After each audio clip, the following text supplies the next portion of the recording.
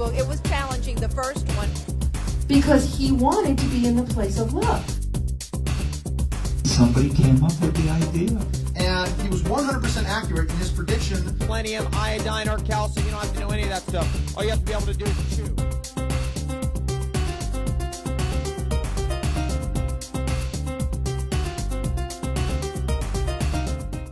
My name's Alan Steinfeld, and I'm the host of New Realities Television. I also have a website, newrealities.com, and it's really an honor to be here and host this panel of experts that are have devoted their life to uplifting the body and the spirit together. And I think everyone here is really part of those two worlds, body, mind, spirit. So let me just introduce the contestants, the panelists. The panelists. There's no wagering, but no. Rachel Hempsey is representing One Taste, and One Taste you'll hear more about tonight, but they're a very special collective of people that are really specialized in communication, sensuality, awareness, and they're doing a great thing in New York and in San Francisco to bring people into a greater awareness of who they are. So thank you, Rachel. Thank you. Yes. Barbara Corellis is the author of Urban Tantra, and Urban Tantra, that is wild stuff. I mean, and Barbara, I think, really represents the fact that sexuality doesn't have to be confined into any sort of box, and she just blows open the whole field of sexuality. That's what I appreciate about you being on the panel. So thank you, Barbara. Yes. And Lori Handlers, I actually want to read the blurb from the back. She's the author of this book. Oh, and Barbara has a book too, Urban Tantra. But The weird one. No, it's a great one. No. And Lori's the author of Sex and Happiness, A Tantric Laws of Intimacy, and I wrote a little blurb on the back that it brings love back into Tantra and sensuality. And Lori's here in New York giving workshops that are about bridging the emotion, body, spirit, mind into one holistic essence that we are. So thank you, Lori. Thank you, thank you. Butterfly workshops. And then you have to introduce now as he's known in the West. All right. He's best known as the Godfather, but that's okay. New York's very own Charles Muir, and Charles really is responsible for innovating Tantra and bringing it back out into the world, out of India, into a place where people can really understand what it is to be sensual, sexual, and embrace the spirituality at the same time. So thank you, Charles, for all the work you've done, for being here. He's New York's very own, born and bred. And then, next to Charles, my very good friend, Melissa Love, who's a sexual healer. She's a mother. She's a doula. She's really understood, I think, from the inside out, how to embrace sexuality and sensuality and knows how to communicate that. So, thank you, Melissa. And here we have the scientist on the panel, Nan Wise, who studies orgasm. She'll probably talk about what's called thinking off, which is the ability to give yourself an orgasm without even touching yourself or anybody else. And she's monitoring that, and she's looking for volunteers, but she'll get into that. But thank you, and she's a great researcher on the whole understanding of physiology. Thank you, Nan Wise. And just before we start, everyone can turn their cell phones off, because we'll put them in vibrate. That's probably a better place. So I've been hosting this panel for probably a few years, and we keep going deeper. So I think everyone has a basic understanding, hopefully, of sensuality, sexuality. But what I want to know is, or understand more, is the physiology of sexuality. We have such a complex system inside of us, and most people just know one or two moves, this and that, and then it's like over. But there's so much more to us as human beings, and opening up our sexuality opens up more of who we are as humans. So I'd like to go deeper into the human physiology as its response to sex. The sexual system, we have a digestive system, respiratory, but we have this amazing sexual system. So I'd like to just talk about and the difference between men and women. Women seem to be more complex and have more nerve endings maybe. So let's talk to Nan. We'll start with you, Nan, and we'll go into like the complexity of the physiological sexual system. Well, first of all, I'm delighted to be here. I am so happy to be around my Tantra buddies and all of the space of fun and joy and play about sexuality. But I have to start with acknowledging my mentor and the author of The Science of Orgasm, Dr. Barry Komisarek, who's right over there, who is probably the most knowledgeable person on this planet about this topic. So for me to speak in front of him is just a tad daunting. But I will say that we don't know really all that much about the neuroscience of sexuality, and we don't know all that much about the brain part of sexuality, which is why I'd like to invite any of you women who are interested to let me know so that we can call upon you when we have more openings for research. We did an orgasm study today, which was very interesting. And what the bottom line is that we do live in a very puritanical culture, in case any of you haven't noticed. And we know more about sexual dysfunction than we know about sexual joy and pleasure and physiology. So I think that's what's really most important is for us to remember that we're in a very privileged place, living in New York and living in this sort of culture. And remember to go out and vote. Go out and speak your truth about that it's not okay for us not to have sex education in the schools. There's been $3.4 billion spent on abstinence-only funding, which is essentially gag money for schools not to talk about sex. And if you think that things like Roe v. Wade are done deals, think again. There's no time for complacency. We have to be really educated consumers. And sexuality is such a liberating force for us to be really present in our bodies and good citizens that it's really, really important that we be educated consumers and show up in the polls. So that's all I'll say for now. Okay, Thanks. Good. Melissa, do you have anything to say about your experience in, the body as it responds to, it's more than the basic sexual response, but the deeper levels of that? Well, what just conjured up is an image of an Alex Gray painting. And many of you know Alex Gray's work. It looks through the physiology and into the intricate intertwinings of the body and the psyche and the energy that reverberates outside of us. My experience with sexuality is the awakening of my spirit.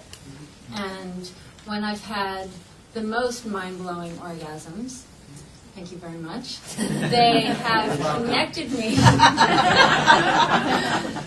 Thank you for the research. They have connected, those experiences have connected me to a source that's beyond anything I know in my life other than that connection through my body to my spirit, to the gods, to the cosmos, to the earth, to complete total alignment.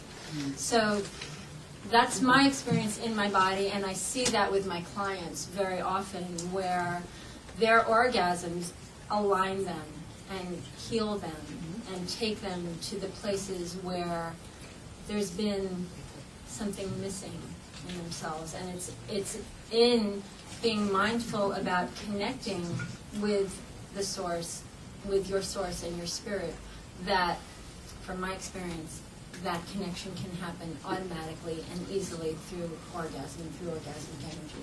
I had one more question for you, though, is that also because this whole, because I'm fascinated with women's physiology, you had an experience you want to share about childbirth and orgasm, and I think you want to talk about that. I think it somehow brings the two together and the sophistication of who women are into a very interesting Sure. Okay, well, once again, I would refer to the Alex Gray painting where the woman is in childbirth, and there are also paintings where she's nursing her baby. And in these, and in the one with childbirth, my personal experience was I had a complete, total, automatic orgasm through my labor, culminating in the most ecstatic childbirth experience, the fourth one out of the fourth child that I had, and the last child, was born in complete ecstasy. And how did I get there? I got there by being quiet and calm and left alone in a darkened room with nobody to attend me except my inner knowings. And I let that take me to where I needed to go. And it was joyful and wonderful and opened me up in a way that what was just the beginning of my orgasmic journey.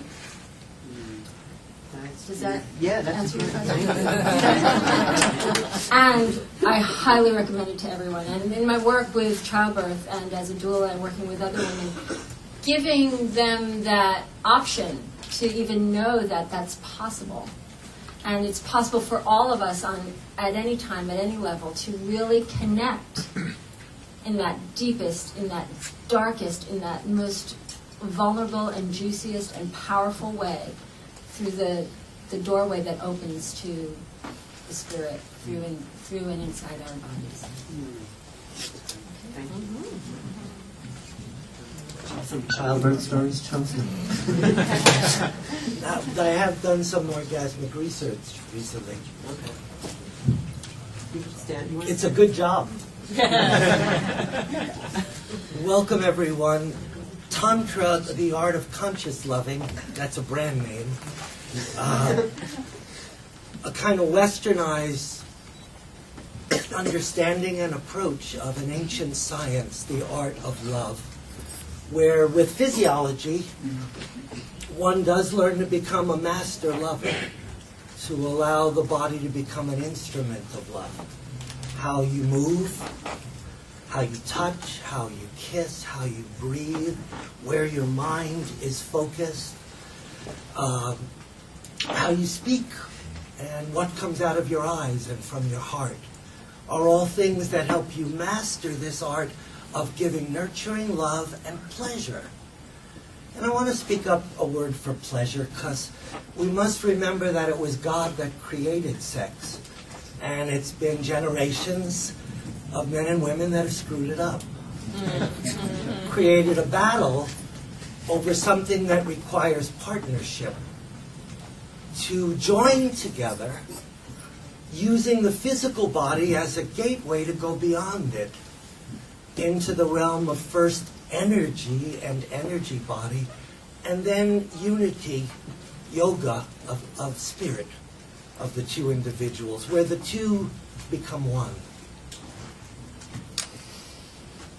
So in us are these chakras, these centers of consciousness and energy, and in tantric lovemaking, it's not just a second chakra activity.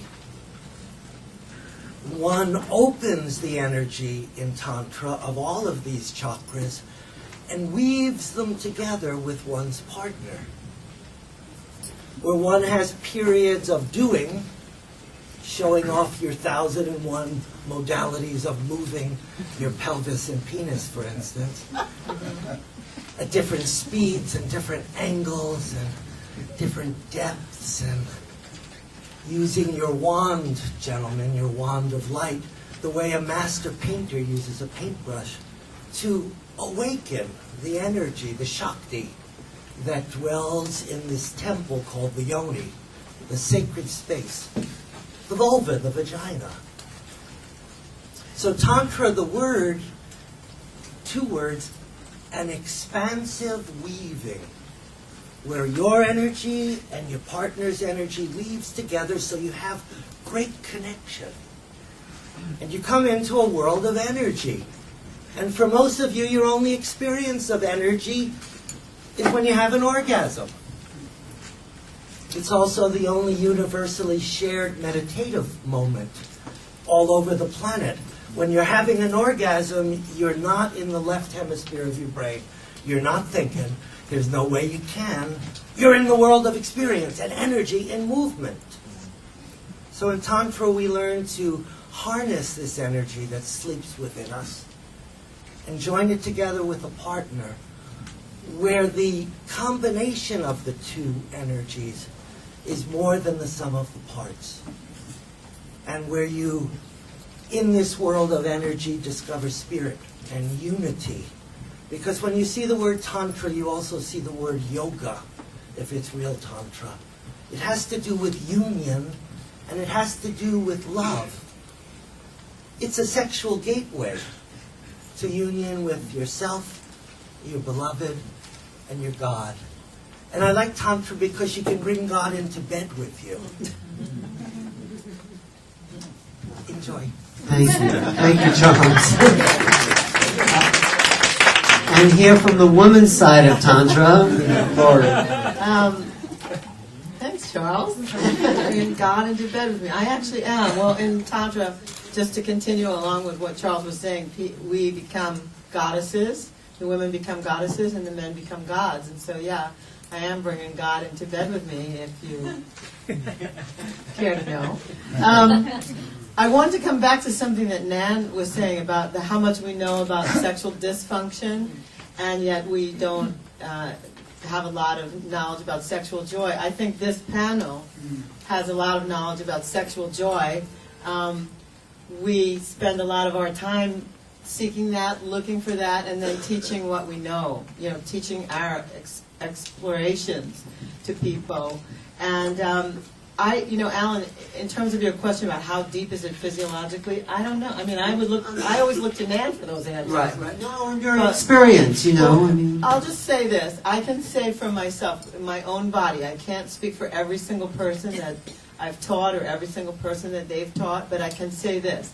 One, I look younger than I ever did before. Like, it seems like I'm going backwards in age, and I think that has to do with my energy. It's not so much my skin quality, but it's more I always had a lot of energy, and I have more now. So I look better. I mean, I just keep looking better and better as the years go on, and I pinch myself and go, who is this? So that's just, that's like one piece of it. The other piece is that my sense of smell, so that, again, this is physiology. Yeah. My sense of smell, like I used to like colognes and perfumes. I used to have one of those, a dresser filled with, designer perfumes. I can't stand them now. I don't want anyone near me who's wearing colognes and things that they bought from some designer or some knockoff, because my sense of smell is so keen. I only want to smell you. You know what I mean? Like, if you're hugging me, I want your essence connecting to my essence. I do not want somebody else's interpretation of what we should smell like. So my sense of smell is so keen.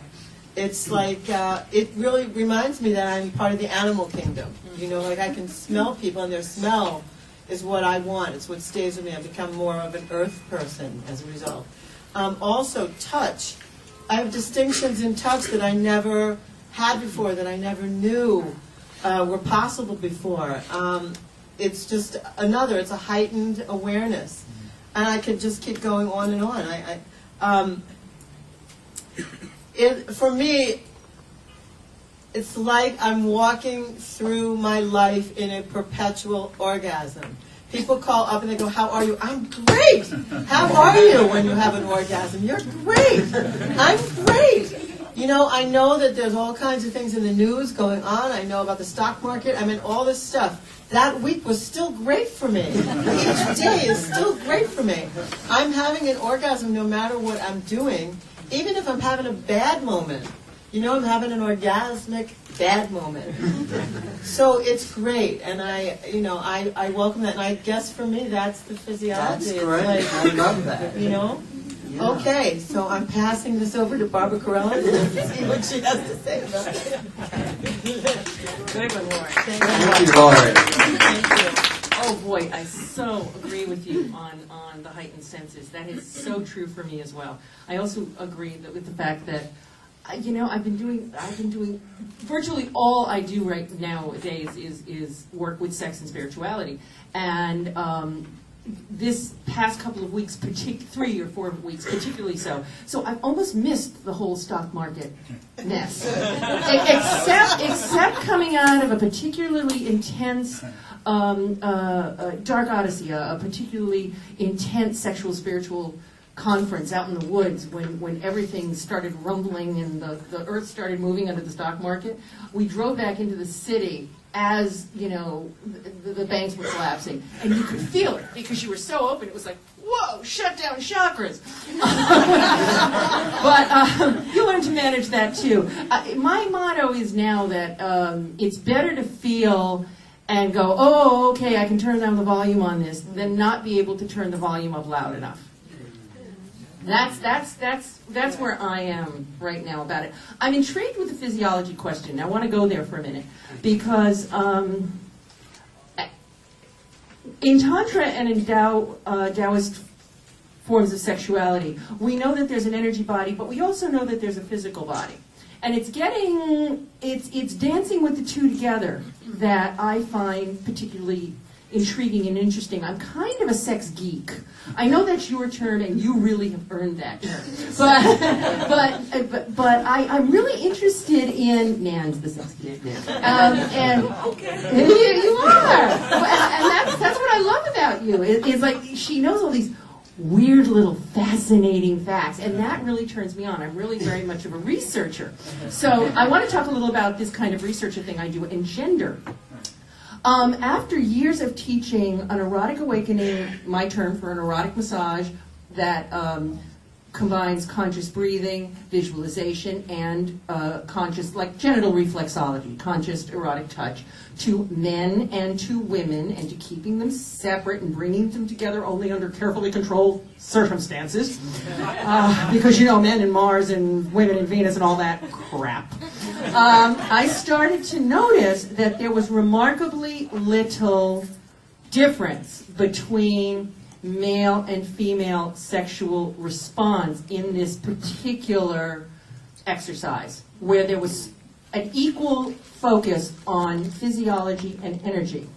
I also noticed that a lot of the strokes we were doing on penises were very similar to the strokes that we were doing sort of inside out on vaginas and vulvas. This led me to research on my partner, who's transgender. And she was born with a penis, and they sliced it, took out the inside stuff, sewed it back up, turned it inside out, took the sensitive bits, that made a vagina, took the sensitive bits, wound it up in a little cord, planted it, and made a clitoris. So, now, here are all my massage strokes. I find this fascinating. So, now, why is there a response on her G-spot? Yeah. No. If this is a yoni, right, if a woman's lying on her back, right, this is prostate. She's got one of those. But what's that? What is that? Well, I don't know. So I went to California. I went to Colorado to ask her surgeon. I was committed to this project. And I'm sitting there in front of Dr. Stanley Biber, and I said, so, explain this G-spot to me. And he went, I didn't put it there. I guess there's just a whole lot of really sensitive erotic tissue around there, isn't there? That was a surgeon's response. What was that in the man before it was the G-spot, though? It was a place on the penis. Oh, just a place. Just a place. And so no place necessarily particularly special, although we don't know. Yeah. We don't know. It could have been. It could have been the frenum. Frenum is now, which if you part? it could have been the frenum if it won. But the point, which is the frenum? If it's yeah, if it's It's like there. oh underneath. yeah, it could have been. Thank God Barry's there. That is a good spot. Yeah. What I got out of the whole conversation, the whole story, the whole trip, and down to talking to the surgeon who didn't know, was that it's all a lot more mysterious than we think. We think that if we knew all the physiological answers, we'd understand it. That is not to say that we don't need to know the physiological answers, because we know more about flu than we know about orgasm. For goodness sake. So it's not that we don't need to know more about the physiological, but the energetic and the invisible responses, the less visible, the role of things like nitrous oxide and the role of pleasure orgasm, and these are the kind of things that jazz me. These are the kind of questions I want people to research who are scientists. I want the money devoted to sexual research that is devoted to cancer, to all the, speaking what you were all speaking about, to all the doom and glooms. Because if we had better sex, and if our sex was more connected to our spirit, and if our bodies were filled with lovely, great, yummy nitrous oxide all the time, we wouldn't get sick anyway. And we wouldn't need all the money spent on that other stuff. Yeah. Thank you. Thank you. Thank you for your research. My pleasure. Yeah. And hi, Rachel. And you might also want to talk, Rachel, about the brain stuff that your group studies. When the orgasm. Right? With the frontal cortex. Yeah. Go ahead. Rachel. Well, so at One Taste we have a practice called orgasmic meditation. And really that practice is studying what is the physical response to orgasm without a story. And what happens in your body without a story of romance or love or whatever your story might be around sex. And how can you really explore these places in your body over and over and over again of orgasm. And what I found is that, much like Barbara was saying, there's a bazillion places in there. And the premise we would start with is that there's so much places that we've locked down around our sex. I would say women more than men, if you say the difference. And so starting to unlock all of those places, I have found a bazillion different worlds that have been locked down, that are there, that come through. And I've been doing this research for about 2.5 years, and the places my body can go is beyond what I thought possible. And to get there, you have to be willing to go through, in my experience, all of these places that your body has locked down or didn't want to feel, or when all of those things happen. So physiologically, the orgasmic state is a place of a whole lifetime worth of stuff we've clamped down on, and how to open that up, and that's different for each person. And so it's fascinating to see what happens to each person when there's no story, when it's just your genitals and a finger and a stroker, and it's 15 minutes and there's no story. And what does that mean? And what happens? Each person is different. Some women come and they can't feel anything for 6 months. And some people, it's an amazing experience. And for everyone, there's different blocks in different areas. And still, it's been 2.5 years, and there's days where something more opens, and something more opens, and something more opens. And I think that's the experience of everyone in anything spiritual that we go into. There's layers upon layers, and one day you're like, oh my God, I can't believe I opened that up. And then 6 months later, there's new layers and new layers. And so there's the physiology, and then there's also the spirituality of what that means to open up all these places in us. And what about the sympathetic nervous system and the brain? So, what we're doing is, the moment your involuntary musculature is turned on, I would call that orgasm. And when you're in that particular state, you're in your limbic system. You're not thinking, which would be your frontal cortex. So we're experiencing being in your limbic system for that much time, and how you can actually start going between both of them, between your thinking mind and your feeling body. And so researching what does it feel like to stay for that long in a limbic system without any goals, without any stories, but just being there, and what is it that your body feels, and how can you expand there? And like Melissa was talking about, childbirth, you don't think of having an ecstatic state of childbirth, but if you let go of your stories and you just feel what is, there's a whole huge world of possibilities. Thank you. So you bring up sort of the oldest question about sexuality that I know, the whole idea between love and sex, and you're talking about what is it to just feel sensation without having a whole story of romance and sentimentality and buying flowers, and yet it seems so connected to intimacy and getting to know someone And the other side is like we can have a sexual response to a stranger walking. We don't need that intimacy. So it's confusing, I think, for all people in all societies to know what to do with that sexual response. And should there be love, or should we forget about love, or should we wait for love? I'm still waiting. But I've explored. But so I'm asking, that's still a question for, I think, a lot of people. Love and sex. It's like, what do we do? I mean, so what's your, and now we talk, everyone else can answer. Yeah. I love getting flowers. I mean, they're so, and I love having an orgasm with someone I don't know. Those are all possibilities. So does it connect anywhere? It does. So we're also a community of people that live together, and we're researching intimacy. And I have found that there are some people who I don't have a sexual relationship with who, just by being willing to tell the truth and to be willing to feel them and be intimate, I am closer to them than people I've met who are married for 10 years. Mm-hmm. And that you can be intimate in so many, many ways. Mm-hmm. And love is a beautiful thing. Yeah?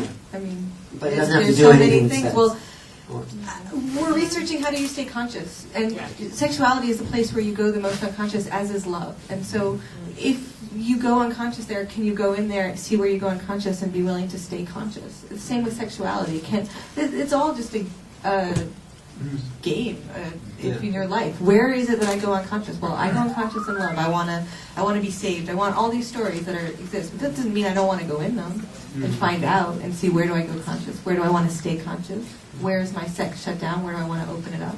And be willing to play with someone in all those areas so that I can stay conscious and that they're also willing to play with me there.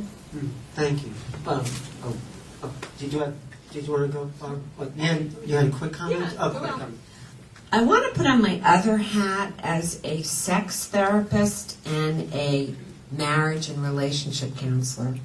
And when we talk about love, we really need to define our terms, because we have a couple of different wired-in systems, and a lot of times people get confused between love and infatuation, like the new relationship energy thing, which is that chemical buzz in the body, which I like to call biological highlighter. It gets you to pay attention and to lust after somebody. And then we have some of the systems as mammals that are wired in that are more about attachment and more about bonding. And I think some of the problems that people run into when they have relationship is they don't understand that those systems of lust and love really are very different systems, and that being able to stay in sustainable relationship requires some skill sets. You need to learn how to be loving, as opposed to sit there and say, I'm not in love anymore. Next. Oh, sister. Oh, yes. Oh, yes. I think the sex equals love thing is the most, I think it's where we come up against some of the biggest problems, anywhere. I'll breathe.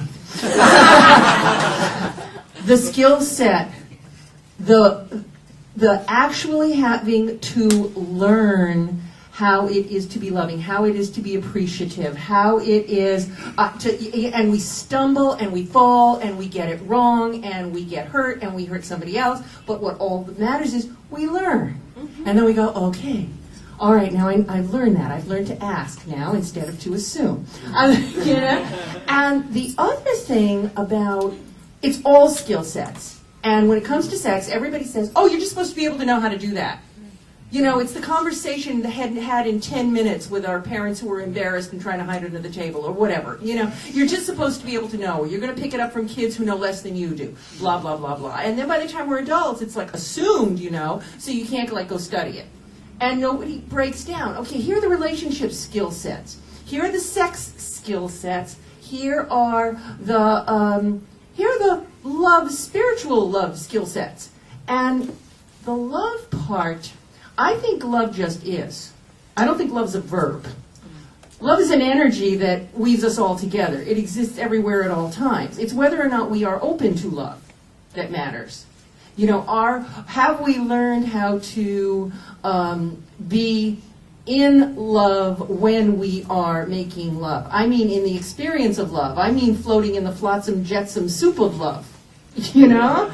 The air, the ether of love. Because if I am in a Tantra workshop with somebody I've never met before, and it happened about a month ago, this gentleman showed up, he was by himself, he didn't have a partner, and I said, okay, be my demo model, we'll work together.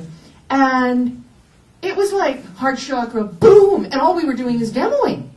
Because he wanted to be in the place of love. And I'm a sucker for it, so I went right with him. And what wound up happening was I saw tears coming down his face, and I was like, oh, I wonder what that's about. Well, don't need to know. It's still all about love. It's still all beautiful. Later on, he told me that his wife had died 4 months ago, and she had come in and visited him right then. Why? Because we just were sitting in the presence of love. We weren't trying to do anything with it. We weren't making a date for later. We weren't, planning our future together. It was just there. Thank you. That's great. Okay, well, I'm turned on.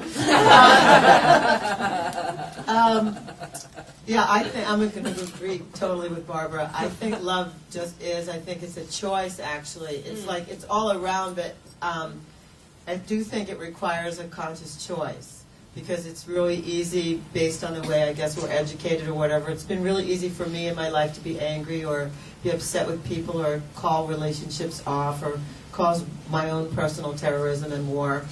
And I own all that. And so what has happened to me in my own sexual exploration and in studying Tantra is that I've actually become peaceful. And I woke up one morning and I found that I never expected this. Like I didn't go into Tantra with a goal. I really didn't know what to expect at all. And a few years ago I woke up one morning and I realized that my male part and my female part, my polarities, had married themselves. It was just a different feeling. I woke up and I felt complete and whole in myself, the same kind of complete and whole I imagined would happen to me if I met Mr. Right. Like I'd get this complete and whole thing going on by having this partner out there that would make me, I was educated to believe that too, that I'd be complete and whole when I found him. And then I found myself. I found him in me, and I found her in me, and they just seemed to be married. And then I found that I was different. And the difference was that I could just walk around in love, and I didn't need anybody from the outside to complete me or fulfill me. It's great to have a partner who it's like a gift. It's like flowers. It's great to have somebody care about me and want to pay attention to me and want to be with me sexually and really make me hot and really make me excited and want to do what I want to do and vice versa. And that feels like a total gift now from the universe rather than something I have to go out and find, or my heart will be broken if I didn't find it or if it's not the one or whatever. So that really just has put me in a completely different... Right, so is it sort of brainwashing that has to be all in one package, or... Yeah, my mother told me that. Didn't yours? Yeah, I'm looking for that package. Yeah, my mother told me that, and, there was no alternative, Right. And I think that's a whole lot. I mean, we have an over 50% divorce rate in this country. Right. And it's higher, I think, in Sweden, and on and on. What? Something about the Swedes. I don't know. Anyway, I think sex is a great thing to explore. I like the idea of having practice partners. I like the idea of having people to experience different sensations with, like at one taste. I like that, and I think it should be offered to people much younger in the schools. I think it should be offered to people when they're like 12, when they're first coming upon puberty. And a lot of us did that exploring, but we did it behind closed doors, and if anyone found out, we were called names, or we had to hide about it. So yeah, I encourage all of that, and I think love is like a whole other thing, and it's nice sometimes when they come together. And if they don't, so what? Right. Yeah. So that's kind of where I am right now on it. Thanks. And Charles probably has a thesis on this.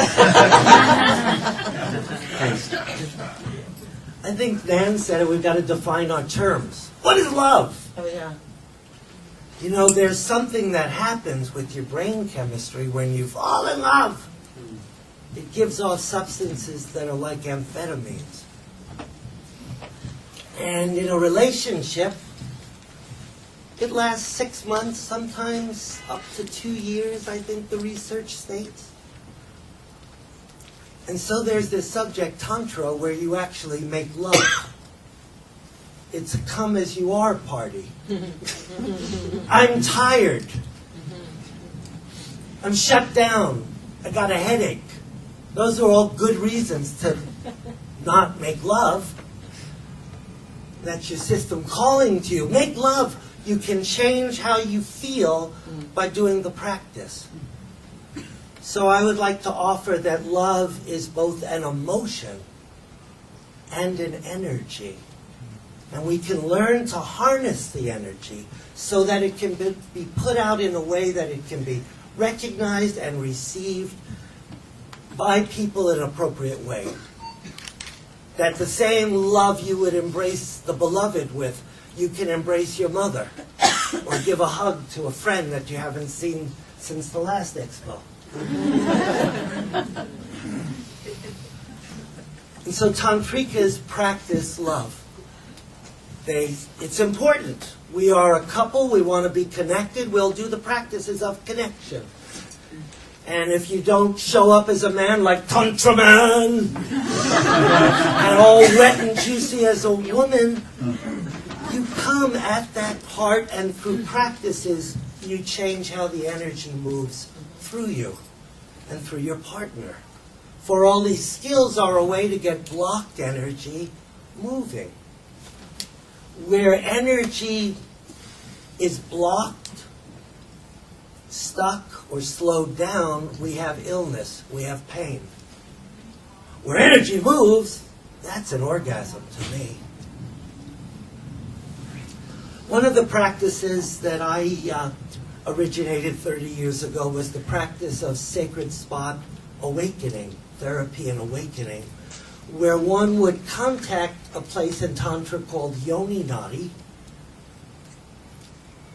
the meridian that goes right to the heart of the second chakra, and activate it. The Tantric practice is called Nyasa. And this happens to be in the area of the G-spot. I am so amazed when couples come to our weekend seminar, sometimes not having made love for 5 years, and we give them homework. We teach them, here, now go be like 2 kids playing doctor, not 2 doctors playing doctor. And try these techniques, these different modalities of stroke, these different ways of running energy called mudra, connecting the energy of passion in the second chakra with all of the other chakras, getting each other connected. And I'm not only amazed how the couples come back Sunday where they've rekindled suddenly that energy of love. They've been married 30, 40 years and we love each other, but we're not in love. So Tantra offers the practice to reawaken. And what blows my mind is that the singles that come to our course listen to us and they hear the concept of a Tantra buddy. No, you're not being with this person to fix them enough so they qualify and they're worthy to love or worthy to surrender to. They practice to leave each other better than they find each other. Now, I had my mind blown in regards to New York because our last seminar, we had about 60 people there, and about half of them were singles, and 90% of them did homework together. They met 24 hours. It wasn't based on chemistry. It was based on, can you trust this man to hold the space, to put energy in, and to be there for whatever comes up? whether it's pure pleasure or needing to process something from the past to get out the guilt and shame from that sacred spot. We need this healing. We go to the masseuses and they go up the legs and around the dirty bits and they can't touch that spot. We need to be good at how to hold this center consciously and how to activate it. The second chakra is not a bad chakra. The devil didn't create it. The same God that gave you your heart chakra and your crown chakra has given you the second chakra. And it's a matter of aligning the chakras, not sublimating and ignoring it and being brahmacharya celibate, which is a viable path, especially if you live in the ashram or a cave. But for those who live in the city, we must love. Love is what nurtures our soul and makes life worth living.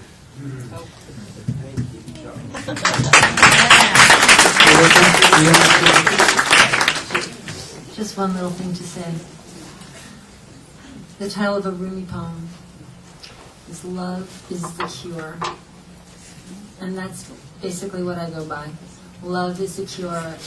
To go beyond your fear or your discomfort around connecting with someone or connecting with yourself. And it's in that connecting with yourself where you accept yourself and you love yourself for who you are. That's the cure. And that's the cure that you can give to someone else when you share that. Love is the cure. That's good. You know, I'm learning a lot actually being here, and I'm seeing how complex we are as beings, that we feel, we have this sexual system, we have these subtle emotions, and we're much, I mean, I wish everyone could hear these people speak, because they are experts in the field who just think sexuality is one thing, and here there's this whole level of sophistication and development that go into this world, into this part of ourselves that has been neglected. So I would love to hear what your teacher, Barry, if you want to say some comments about the work you've been doing, because it's pretty advanced in the field of sexuality. And I'm just curious about some of the research you've been involved in. I'm taking notes. Cue. Yeah. Just introduce him. Tell people who you are. I want to introduce my mentor, Dr. Barry Kamasurak, who has authored over 150 scientific papers and is the author of The Science of Orgasm. Yeah, so tell us some of the research and what you've discovered that other people haven't.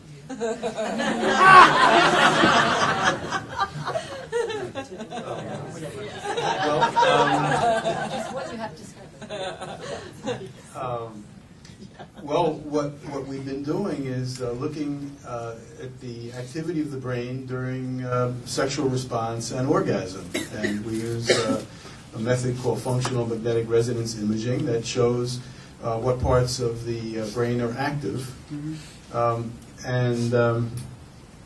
We're mapping the parts of the brain that respond to, we're working in women now, looking at the differences in response to clitoral stimulation, vaginal stimulation, and cervical stimulation. We're seeing, first of all, that there are different nerves that carry sensation from those three different regions. And we've identified the nerves. The pudendal nerve carries sensation from the external skin and the clitoris, and the pelvic nerve carries sensation from the vagina and the cervix, and the hypogastric nerve carries sensation from the cervix and the uterus, and the vagus nerve carries sensation from the cervix. Also, so that one of the interesting things is that the cervix is very unusual, and that's the cervix of the uterus. It's unusual because it has three pairs of nerves that carry sensation from it. And I don't know any other part of the body that happens. One of the things that we've seen is that we find that women can experience well, I mean, this is not what we found, but in our studies, we see that women can experience orgasms from clitoral stimulation, or vaginal stimulation, or cervical stimulation. We have special stimulators that are designed, and the orgasm qualities are different from stimulation of the different regions. They describe the qualitatively different, but when all are combined, the orgasms are more intense and more complex. All three orgasms? All three. You can do all three All three at once? simultaneously. Yeah, sure. Good. Demonstration What? Demonstration at 9.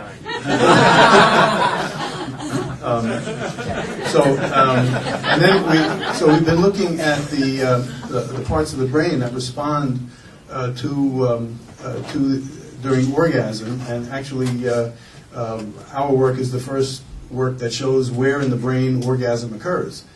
We've seen, and so some of the things I can say about it are that one of the parts of the brain that becomes active is it's called the nucleus accumbens, which receives dopamine, and this is known as a reward area, a reinforcement, pleasure-producing area of the brain, and this is strongly activated during orgasm. This is in the forebrain, and it's interesting that one of the things that we've seen is that orgasm can block pain. It has a very powerful pain-blocking action, and that when we look at the brain activity during orgasm, we see that two regions of the brain that respond. One is called the insula, and the other is the anterior cingulate cortex. Both of those areas also respond to pain. So they respond to orgasm and they respond to pain, which is an unusual kind of combination. We don't quite understand the interaction, but why the pain and pleasure are occurring in the same part of the brain. Yeah. What, you have a question? I was going to wait for you to finish. Oh. Okay. I have a question. Okay, and just one other interesting brain region is the paraventricular nucleus of the hypothalamus, which is where oxytocin is secreted from. We know that oxytocin is secreted during orgasm, so this area of the brain becomes active during orgasm. So these are some of the brain regions. Right. Yeah. Is it orgasm different via masturbation versus partner stimulation? Is it all the same? Well, in the brain imaging that we do, it's we haven't gotten approval yet for partner stimulation, so it's all self-stimulation. And is there a male component to the cervical area services? We don't know for sure yet. It's possible that there is a male equivalent, but it could be part of the prostate. I mean, that's where I would expect it to be, or possibly rectal stimulation. But we don't know for sure yet. That hasn't been studied. One more question. If you stimulate that part of the brain, will the person have an orgasm? It's the reverse, instead of the orgasm bringing the, Well, the only person who's done brain stimulation to look at orgasm is Robert Heath in the 1950s. And he found that electrical stimulation of the septum, of the septal area, which is very close to the nucleus accumbens, that does produce orgasmic sensations in men and in women.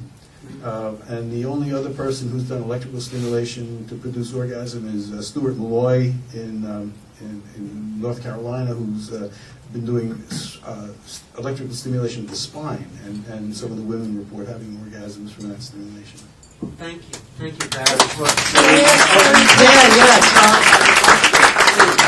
I wonder if you've done any research on anal stimulation in a woman, because that seems to be a very different orgasm than the other three you mentioned. The anal stimulation, the sensory nerve from the anus is it's probably the pudendal, from anus and rectum. The anus is probably the pudendal nerve, which is the same that carries sensation from the clitoris and the labia. And the rectum, the sensory innervation of that is the pelvic nerve, which is the same. It's the same nerve that carries sensation from the vagina.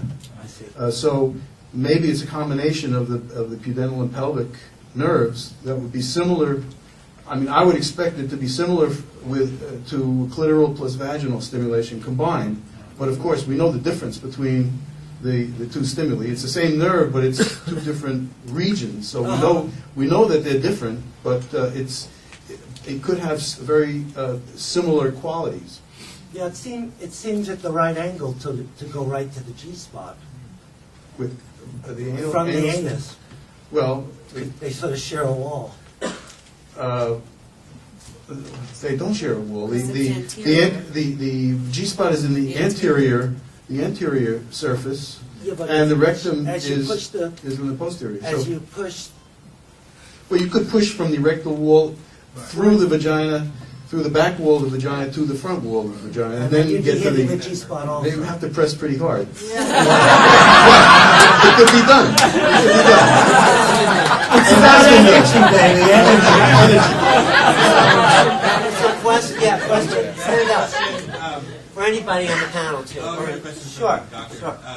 I just reading it, the effects of love on the human brain are actually sound very similar to the effects you're describing in orgasm, like the pleasure reward centers and serotonin, dopamine, oxytocin. But do you have any thoughts on the correlation between brain activity as a result of orgasm? We don't have any data on it, but personally speaking, there's nothing like combining passion and orgasm with love, and the two combined, if they're concurrent and simultaneous with the same person, there's nothing like that. Barbara has a question. Yeah, would you tell me again which part of the brain responds to both pain and pleasure? The anterior cingulate cortex and the insula. And what kind of pain did you try to see? I'm the kinky tantrika, okay? The heat pain, primarily. Heat pain? Heat. Yeah. Yeah. Okay. That's because that's calibrated. It's easy Of course. to calibrate it. Connections are happening in my brain. I just want to know, do women have more nerve endings than men, or are they the same? Well, apparently, I've seen publication that the clitoris has the most dense innervation of any part of the body. Men don't have an equivalent. The equivalent of the innervation of the clitoris is the penis, but that doesn't have the same density of nerve endings. Aren't a lot of those nerve endings cut away in circumcision? Probably some. Sure, some are. A lot. This guy has it. Stand up. The three types of orgasms, do they light up different areas of the brain, or do they all go to the same area? That's a very excellent question. We're studying that now. We're looking at orgasm in response to the stimulation of these different regions, and that's exactly what we want to say. One thing I can say is that we've studied women who can have orgasms just by thought alone, without any physical stimulation, and there the areas of activation are very, very similar. So if they're different, and you have like a simultaneous three, you'd be more like a whole brain thing. Well, when the whole brain is activated during orgasm. It's actually all the main regions of the brain are activated upon orgasm. And one of the interesting things is that the way what we're actually measuring is the utilization of oxygen from the blood. So if all parts of the brain become activated with our measurement, this functional MRI, it means that all parts of the brain are suddenly using a tremendous amount of oxygen. They're getting a lot of oxygen, so that can't be bad. Can't be bad for neural function. Topaz? Yes, you mentioned three areas of stimulation. I believe was the clitoris, the vagina and the cervix. And the cervix. Where does the G-spot fit in? Well, it's vaginal stimulation stimulates the G-spot. So it's part of the. We talk about stimulation of the anterior wall of the vagina, which gets the G-spot. Okay. It's not just orgasm. Isn't the leading up also producing brain? Yes, that produces brain activation, but not But what we see is a sequence of activation of different regions, and at orgasm, all the regions I mentioned become activated. Also the hippocampus and the amygdala and basal ganglia. Well, the basal ganglia, the cerebellum. Cerebellum. Where's the cerebellum? The cerebellum is right in the back of the head, and that's a part of the brain that's I think an unappreciated part of the brain. It hasn't been studied enough, but it's a very, very interesting area. One thing that's interesting about the cerebellum is it's involved in coordination and posture and locomotion. But an interesting thing about it is that when people are given a list of nouns and verbs, all the nouns have no effect on the cerebellum, but all the verbs activate it. So it's a symbolic. It's not only is it actual movement and coordination, but it's also symbolic movement. It's invariably activated during orgasm. It's part of the reptilian brain, sure. Oxygen. It's another chicken and egg question. In Tantra and in Taoist sexuality, we breathe a lot. We can breathe ourselves to orgasm. And there's, discussion as to whether or not that's a physical orgasm or not. So does orgasm produce all this oxygen in the brain, or does everything we do to get to orgasm produce all this oxygen in the brain that you're seeing if you're measuring oxygen? Well, the sensory stimulation produces activation of the neurons, and the more active the neurons in the brain are, the more oxygen they demand from the blood. They draw to them. They draw it to them, and the more active they are, that the activity of the neurons produces dilation of the blood vessels surrounding them. So it increases the blood supply to the neurons. That's the mechanism for, and that they pull in more oxygen. So it seems though that, following Barbara's question, it seems though that when we are teaching people, pretty much all of us here are teaching people to breathe a lot and squeeze their sphincter muscles and do their pubococcygeal. Fire breath, right? Yeah, we're doing it. So we're teaching people to do fire breath and all variations. So it He's seems not as dumb as he looks.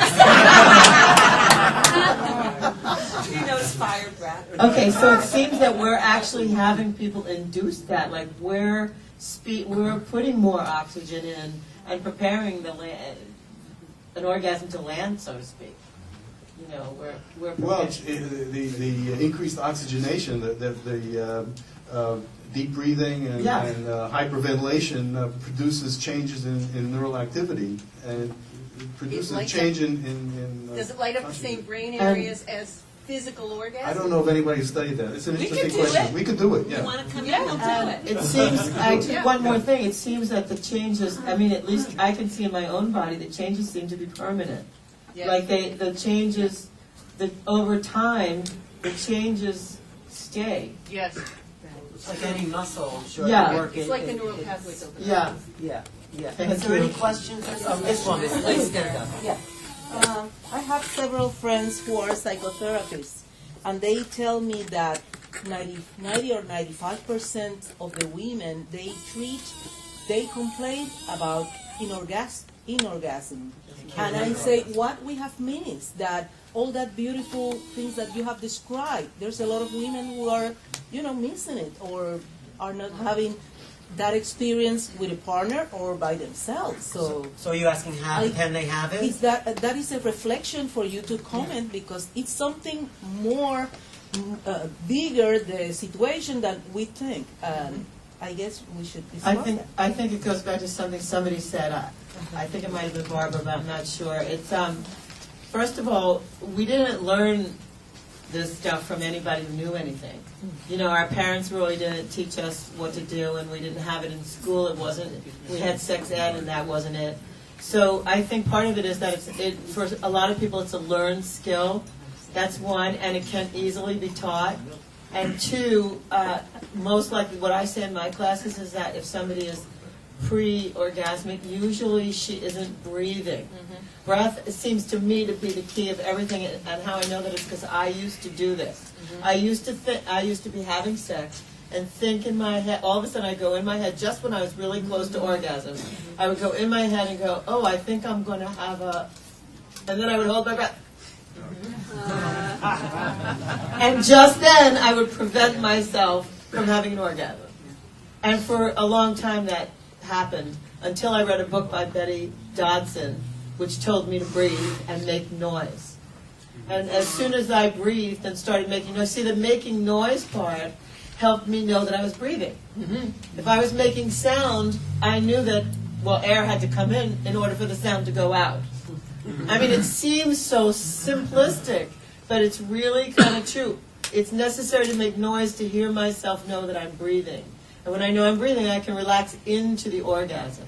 So that's like very elementary there. I know Charles is like frothing right here. Something quick. As kids, we all learn to have sex with two rules: be quiet, be quick. Be quiet, be quick. To do that, you have to hold your breath.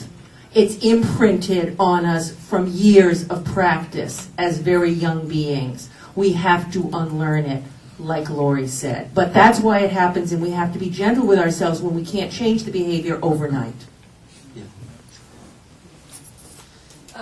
Charles, please, because you really work with people in this situation. I do, and I would answer your question. It's an activation process, and it can be awakened. The chakra, if you could imagine the energy, is shut down, like that fist. And we forget it's shut down. It stays shut. It can be opened. There are memories stored in the tissue that memories aren't just stored in the brain. The brain is in the second chakra too. It's in your ass too.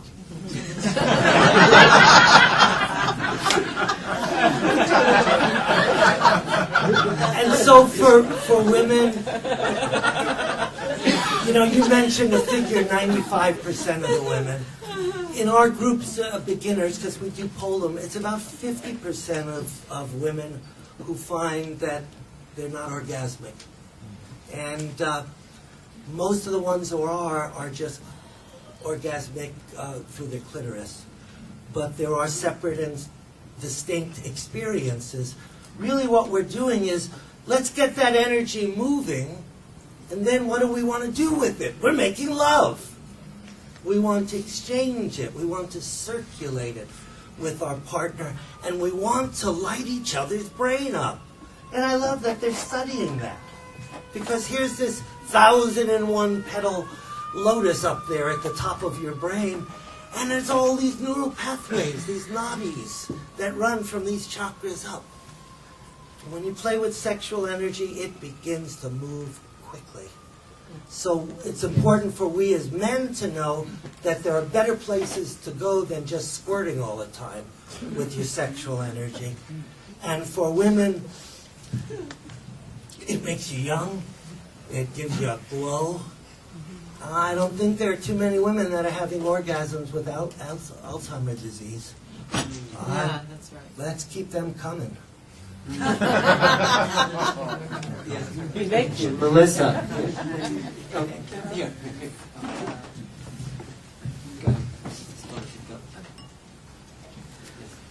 What we also need to look at is the fear and shame around sexuality and guilt around sexuality. As a culture, we have a tremendous amount of shame and guilt around sexuality. So I'm a sexual healer. One of the things that I address with many of my clients is the shame and guilt around sexuality. And when we can heal that, and those memories are in the cell, just like Charles said, they're in the cells throughout the body. And what One Taste is working fiercely on is finding those places in the sensation where you can open up to heal those places where there's been stuckness or pain. And when we do that, we move out of the pain of sexuality, the pain and the sensation of penetration, and we can heal that. And when those places are healed, our lives become tremendously dynamic. And the energy of creation that's within the womb, that's within the second chakra, that's used for creativity, becomes fluid within not just our bodies, but in every aspect of our lives. Yeah, Rachel, tell if women come to Wante, how would you work, who have never had orgasm, how would you work with them? What else were you going to say? Well, just to start, I would say that being a turned-on woman in this culture is not necessarily a good thing. And so that is a place at the beginning where you would start to shut down your sexuality. So what we're doing is really opening that up, and you might start by feeling nothing. And I was listening to everyone. It's also that place of being able to start having communication around your sexuality and your sexuality. And so opening that up, because you can, I've done it a million times, you shut down, you stop communicating, you are feeling something, and then you close down, and how to actually learn how to be more intimate in sexual relationships and sensual practices, and how to start really feeling and opening that up. And it's a long process, and I think that I think it's a very cultural thing why there would be more women than men who have that experience. If someone were to come to One Taste, and how do you work with women who've never had an orgasm? And we have many of them, and it's a place of just following our practice. We have our practice of orgasmic meditation and just being willing to feel whatever it is. So there's no goal, and so when you can let go of a goal, you have many more experiences. So this idea of what do you feel? Can you feel a finger? Can you feel warmth? Can you feel heat? Can you feel a finger going up? Can you feel it going down? And as you begin to just feel what is, with no goal and no expectation, nowhere to go, your body relaxes, and that gives you the opportunity to really feel and be able to have an orgasm. Yeah, because so many people are just focused on that, and there's so much more to sexuality than just that. Nan. I just want to say real quickly that the number one reason that people come in for sex therapy is not lack of orgasms, but lack of desire. And primarily it's women. And one thing that isn't well understood is that many women in long-term relationships lose spontaneous sexual desire. And because we have a programming that means that sex is supposed to look a certain way, where women are supposed to get lit up and horny for their partners and long for them, and kind of the stuff that people show in early relationship, often the couple will define it as a problem, or the woman will define it as a problem, when in fact there is receptive desire, and there's a lot of individual variation where there's some women as they grow older, they're hornier and hotter than ever, and some women will show loss of desire or spontaneous desire in relationship. And I find that if people are educated and they understand that sometimes desire lies underneath the surface and it needs to be awakened by attractive behaviors or some stimulation, and then they can awaken it that way, then they have a different pathway into eroticism. But I think a lot of it is just really understanding how things go in long-term relationships. There was someone back there that had their hand. Did you have a question? Yeah. Yeah, go ahead, stand up. I'm not sure if you answered it, but I was going to ask what goes through women's minds when they aren't sexually aroused, or also have you ever worked with men? With the sexual, what goes through a man's mind? The question is, what goes through a woman's mind? Probably more than one thing, or with many women, just my guess. If they're not sexually aroused. If they're not sexually, so the question is? If women that cannot have orgasms, what goes through their mind when they... Have you ever worked with men that ever had that issue? Anyone got Charles? Yeah. Yeah, we get men who have great difficulty or cannot ejaculate anymore or orgasm. They can sometimes ejaculate and not orgasm. And we get a lot of women who just come numb, or when the inside of their yoni is touched, the sacred space, they feel bruised, they feel burning. So it is an activation process, and it's not just where you touch, it's how you touch, the quality of touch. How yang is it? How yin is it? How penetrating does the energy go out past your fingers when you reach in? Because you're reaching in not just to a G-spot, you're reaching in the core access to a chakra, which is a gateway to the whole energy system. It's a fulcrum that you can use to move energy. Sometimes the energy is moved with emotion, with tears, with screams, with flashbacks and recollections going back lifetimes. I've taught this process to over 50,000 women. Wow. And I've watched a lot of women awaken. My own personal experience in numbers is embarrassing. Oh, embarrassing. What you said about the way the touch is applied is very interesting. In men and women with spinal cord injury, they describe an area. They typically describe an area of hypersensitivity of the skin right around the level of the injury. And they say if a breeze comes by and brushes their clothing against it, it's excruciatingly painful or very uncomfortable. But if the right person touches it in the right way, then they have orgasms from touching the skin. And that's men and women. Yep. And many men and women with spinal cord injury have told me that. Wow. And you measure that in the brain? No, we haven't measured that in the brain. But this is just phenomenologically, they describe this. So we're almost out of time. But, well, go back. Yeah, for the please. doctor, with your studies, do you think that it calls the question in much of the information we learned over the past 100 years or so in sex research? Do you think does it dispel any of that? I mean, I'm glad you asked that question. One of the most important things that I think is dispelled by our research is the idea that we have dispelled the idea that the vagina and the cervix are insensate. That it's not that there's no sensitivity. Kinsey in the Kinsey book, which is cited as evidence that the vagina and the cervix that there's no sensibility from the vagina and cervix. What that's not what they found. What they found is that when they applied touch with a cotton wisp to the vagina and the cervix, the women said they couldn't feel it. But when they applied pressure to the vagina and the cervix, they reported that 85% of hundreds of women could feel it.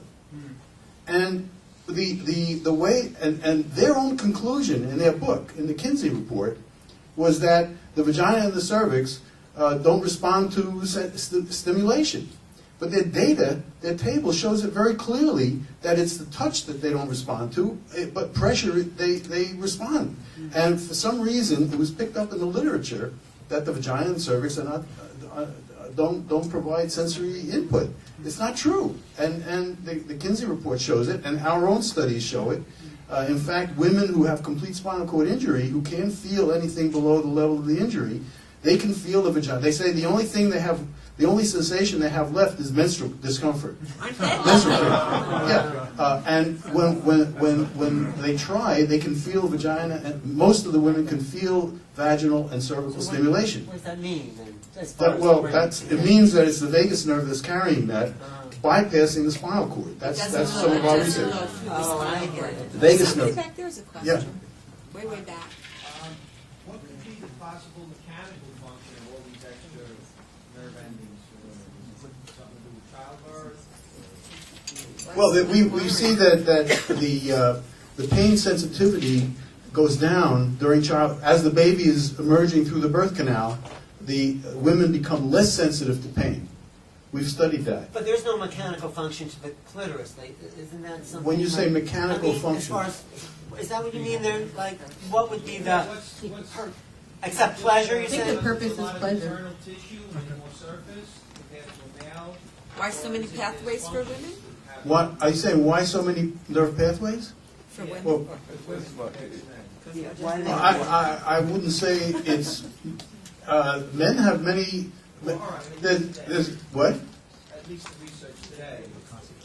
Well, no, the penis has, the dental nerve carries sensation from the penis, the hypogastric nerve, which carries sensation from the cervix and uterus in women, carries sensation from the testicles in men. And we don't know about the vagus nerve, but the pelvic nerve probably carries sensation from the prostate gland. So, I mean, there are parallels in men and women. I think the question is, like, you know, the question, and we'll just wrap up after this, that the only real function of something like the clitoris is for pleasure. I mean, and that's not sort of that's an evolutionary process that's, you know, separate than a functional activity. I mean, is pleasure a functional activity? Well, I think pleasure is a functional activity in the sense that it ensures procreation of the species. I think that's an important, you know, if animals didn't like it, they wouldn't do it. Right? I mean, you know, I think the pleasure has not been studied. It's okay to study pain, but you can't study pleasure. You can't get a grant to study pleasure. But you can get plenty of grants to study pain. But I think pleasure is really a very important phenomenon. There's a book coming out by Berridge. I have a chapter in there on the neural basis of pleasure. It's I think the first of its kind. To recognize that pleasure has an important evolutionary and physiological function. I think that you know, Elizabeth Lloyd wrote this book a few years ago called "The Case for Women's Orgasm," and she concludes that women's orgasm has no function. She also dismisses the idea of any sensibility from the vagina and cervix.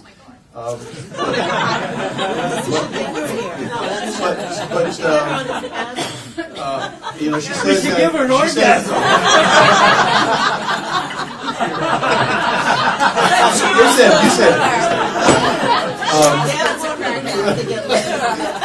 Charles, 50,000 women.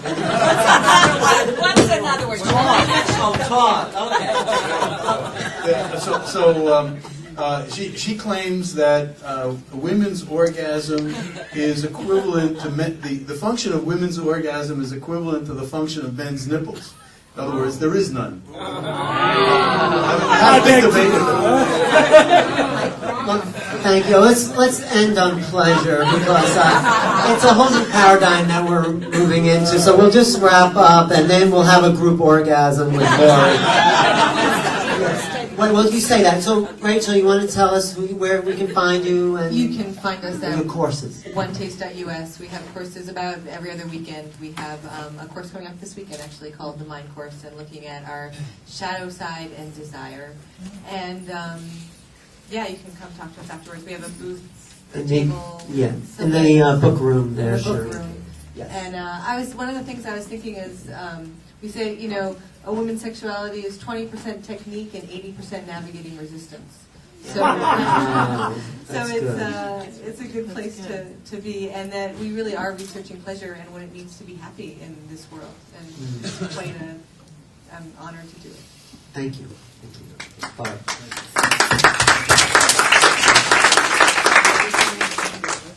Hi, I'm Barbara Corellis. I have 2 books, Luxurious Loving and Urban Tantra. I am also a sex coach, and I have a new radio station on hayhouseradio.com. It's called Sex with Barbara Corellis. You can talk to me after if you'd like to know more. Thank you. Thank you, Barbara. I'm Laurie Handlers, and you can find me on my website, butterflyworkshops.com. I have a beginner's bliss course happening on November 2nd at One Taste.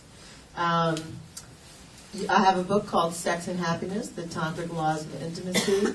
And also you can tune into my radio show. I'm here based in New York, but I kind of travel all over. You can tune into my radio show any Wednesday night at 10 p.m. East Coast time, which is on bbsradio.com, and it's called Tantra Cafe. And many of the people on this panel have been my guests on Tantra Cafe, including our illustrious leader here, host. Okay, looking to see you. Okay. Thank you. Charles Muir, Source School of Tantra Yoga. We're based in California and Hawaii. And sourcetantra.com will get you to our website. There'll be all sorts of articles and information about Tantra. You can also download some stuff for free. We have a booth here, which is... It's in the bookstore room. It's shared with One Taste. It's right behind the books there. And there you'll find the babies I've created over the years, books and DVDs and such, a training course on sacred spot work.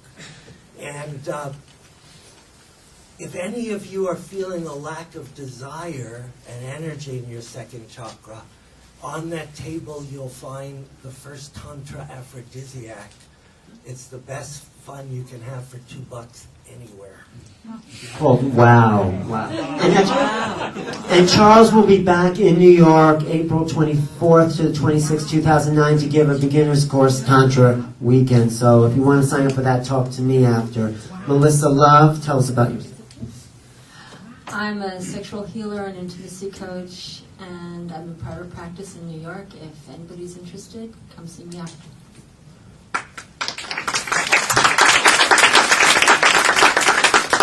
Hi, I'm Nan Wise. I'm a certified sex therapist and sex researcher.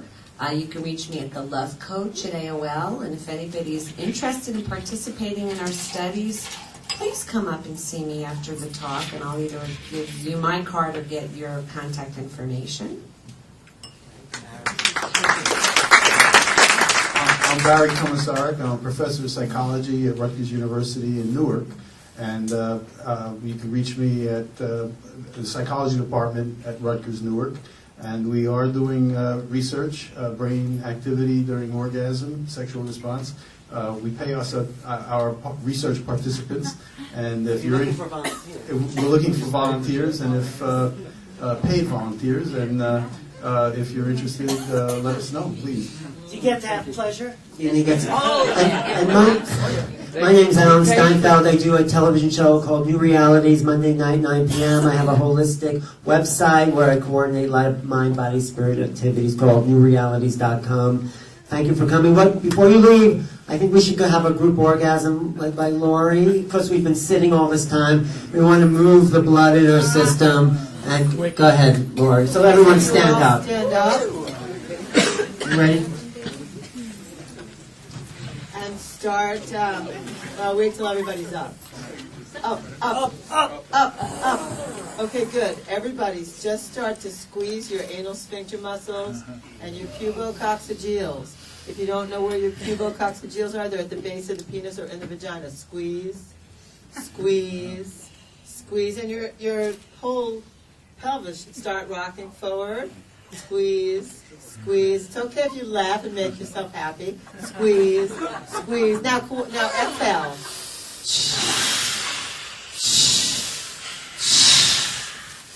Now start saying, ooh, ooh, ooh. Squeeze. Ooh. Now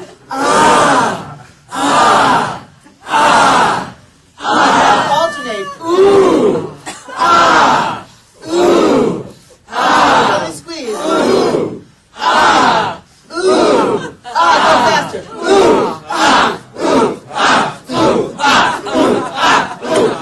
Do it.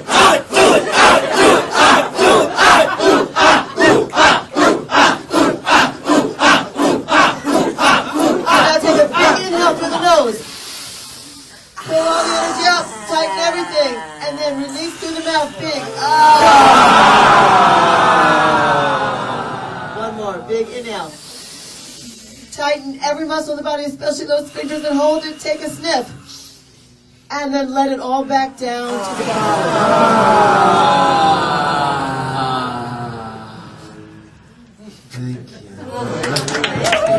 Thank you, everybody.